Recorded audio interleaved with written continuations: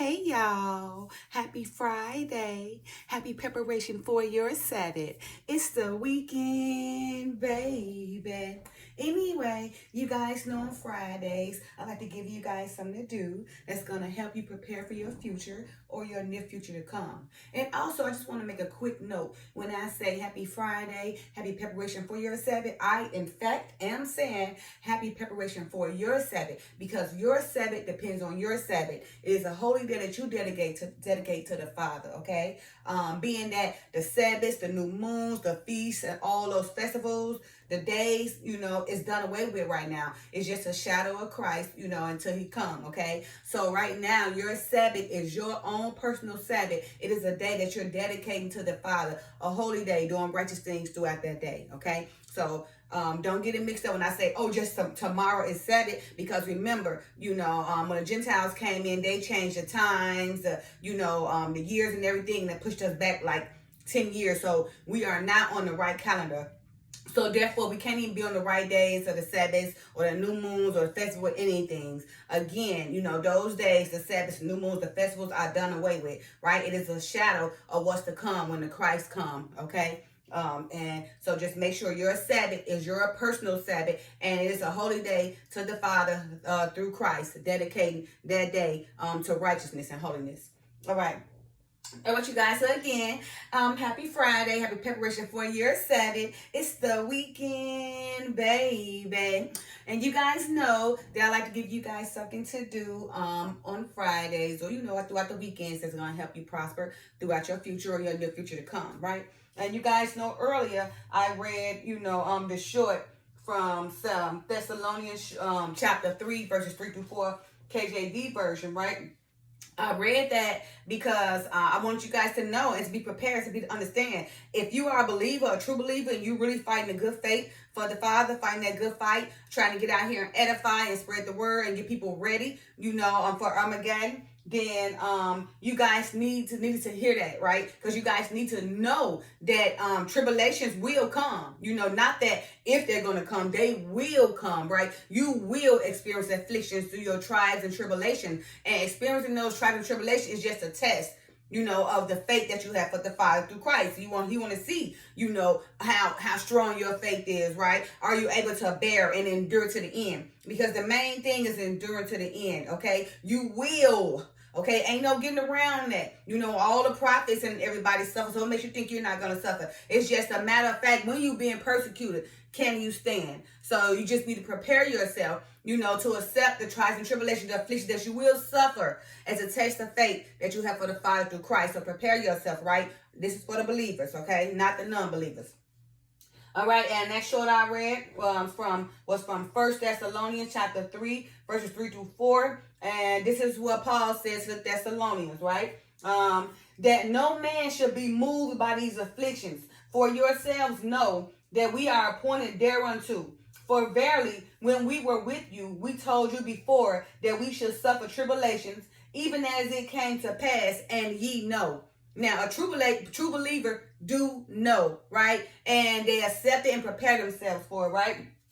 Now, another thing is saying in Second Thessalonians chapter 1, verses 5 through 6, it is a manifest token of the righteous judgment of God, that ye may be counted worthy of the kingdom of God, for which ye suffer, seeing it is a righteous thing with God to recompense tribulation to them that troubled you. So don't think he's not going to come back. Those who led into captivity will be made captive, right? Again, seeing it is a righteous thing with God to recompense tribulation to them that trouble you, right? So it's saying recompense, give back to what they gave to you. Those who trouble you, who are causing your trials and tribulation, your sufferings and everything, right? The Father's going to come recompensing. He's going to come back and avenge it for you, okay? But remember, it is a manifest token of the righteous judgment of God, that ye may be counted worthy of the kingdom of God, for which ye also suffer. So it's not suffering in vain, okay? Also, just keep in mind that, when tribulations arises, your faith will be tested, and through tribulation, some will fall away, okay? And some will move forward to bear many fruits, right? Those who don't have that, solid foundation, of the Messiah, then they will fall in due time, okay? those who would endure the tribulations for a while, they will be recompensed, from the Father through the Messiah, okay? Also, many prophets and righteous men has desired to see the things that you see and have not seen, and to hear the things that you hear and they have not heard, right? So in this generation, in this time, in this era of time, there is a lot of faith and power, being given to us, because we in the days of Noah again. When you say everything should, happen again like the days of Noah, we in that season now, so it's about faith and the trials and tribulations you endure, just standing strong to the end through all the persecutions, right? Because the Father will recompense you through the Christ. He will recompense you and avenge you, right? And make you worthy of the kingdom because you stood strong for him, right? Now, also, these trials and tribulations correlates with the parable of the sower of the seeds, right? That you got the seeds, that the Messiah, when he was speaking, throughout, Jerusalem to the people, talking about the parable of the sower of the seeds, right? What this seed mean and that seed mean, and what this seed, when it falls on this seed, or falls on that ground, falls on that place, right? So, and that's in Matthew, chapter 13, verse 1 through 9. I'm going to read to you guys, and then 18 to 23. I'm just going to read so you guys can get an understanding, right? So you can know what kind of seed it is you planting, right? So that you'll know if you'll be able to endure to the end or not. If the seed you planted was planted on rock, foundation with the roots, or if the seed you planted was planted on like stony ground with no root, that's going to fall when it come be persecuted and hit hard, okay? Now, so in St. Matthew chapter 13, like I said, I'm gonna read verses 1 through 9 first, and then clean over to 18 to 23 just to give you what the seeds mean. All right, verse 1. The same day when Jesus, the same day went Jesus out of the house and sat by the seaside, and great multitudes were gathered together unto him, so that he went into a ship and sat, and the whole multitude stood on the shore, okay? And he spake many things unto them in parables, saying, behold, a sower went forth to sow. So right now he's talking about the people, the man or the woman who went out to sow, right? Behold, a sower went forth to sow. They went to go sow their seed, right? And when he sowed, some seeds fell by the wayside, and the fowls came and devoured them up. Some fell upon stony places where they had not much earth, and forthwith they sprung up, because they had no deepness of earth. And when the sun was up, they were scorched, and because they had no root, they withered away. And some fell among thorns, and the thorns sprung up and choked them. But others fell into good ground and brought forth fruit, some an 100-fold, some 60-fold, and some 30-fold. Who had ears to hear, let them hear.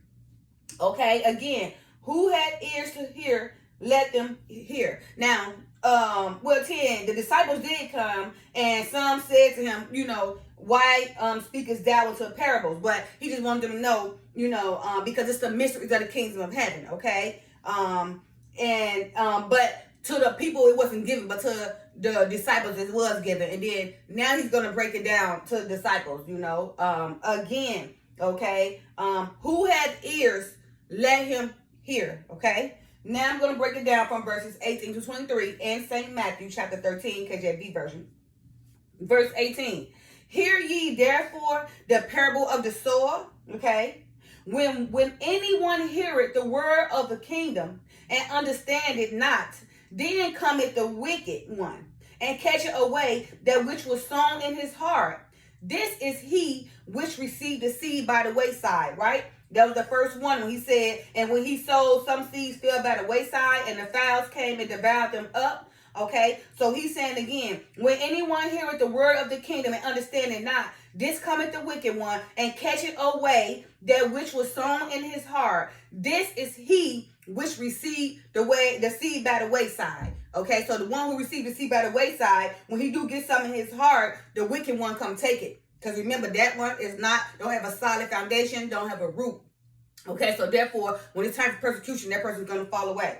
All right, the second one, he said, but he that received the seed into stony places, the same as he that heareth the word, and anoint with joy receiveth it. Yet had he not root in himself, but endured for a while. For when tribulation or persecution arises because of the word, by and by he is offended, right? So now this is the one when he said, some fell upon the stony places where they had not much earth, and forthwith they sprung up because they had no deepness of the earth. And when the sun was up, they were scorched, and because they had no root, they withered away. So that's just that seed when, again, but he that received the seed into stony places, the same is he that heareth the word. They hear the word, right? And anon, and rejoice in it. They rejoice in it. But because they have no root in himself, they endured the word for a while, right? But when the trials and tribulations or persecution arises because of the word, they become offended and they fall away, right? The next one is, he also that receives seed among the thorns is he that heareth the word, and the cares of this world and the deceitfulness of the riches choke the word, and he becometh unfruitful. Now, this is the seed when he said, and some fell among thorns, and the thorns sprung up and choked them, right? And this just means that the people right here who plant those seeds among thorns, they get the word too, but the cares of the earth, the riches, the people, they come and choke the word up with them, and they fall away. Your cares, the selling your soul for money, or listening to people, getting distracted and everything, that thorn would be the riches of the world, the cares of the world, that was sown into you, that seed, fell among thorns, and a thorn sprung them up and choked them, because that one who sowed that seed right there cared more for the world, the people of man pleases than the word. So that word was choked up and gone, right? And then the last one is, if I can get this paper to turn. All right. But he that receives seed into the good ground is he that heareth the word and understandeth it, which also beareth fruit and bring forth some 100-fold, some 60, some 30. So now this is the one when he's saying, but other fell into good ground and brought forth fruit, some 100-fold, some 60-fold, some 30-fold, right? So again, this one, when that seed fell into good ground, it produced, right? It heard the word. It understood the word. It sought, because, the spirit and truth. It sought the word. So they understood the word. They received the word. They bear fruit and bring upon many folds of fruits, right? 100-fold, some 60, and some 30.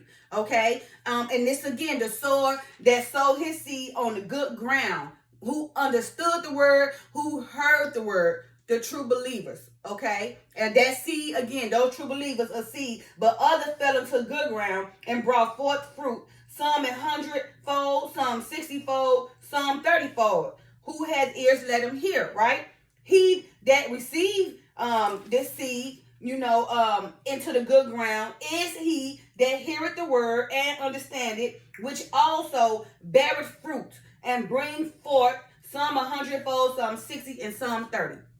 Okay, so now that's the parable of the sower of the seed. So I just, broke it all down for you guys per the Bible, breaking each seed. So now you ask yourself, which seed are you, right? So for this weekend, I want you, to ask yourself, which seed are you, right? Are you going to be the seed, that falls to stony ground, be choked up, fall by the wayside, or are you going to be the seed that's going to produce many folds of fruits, right?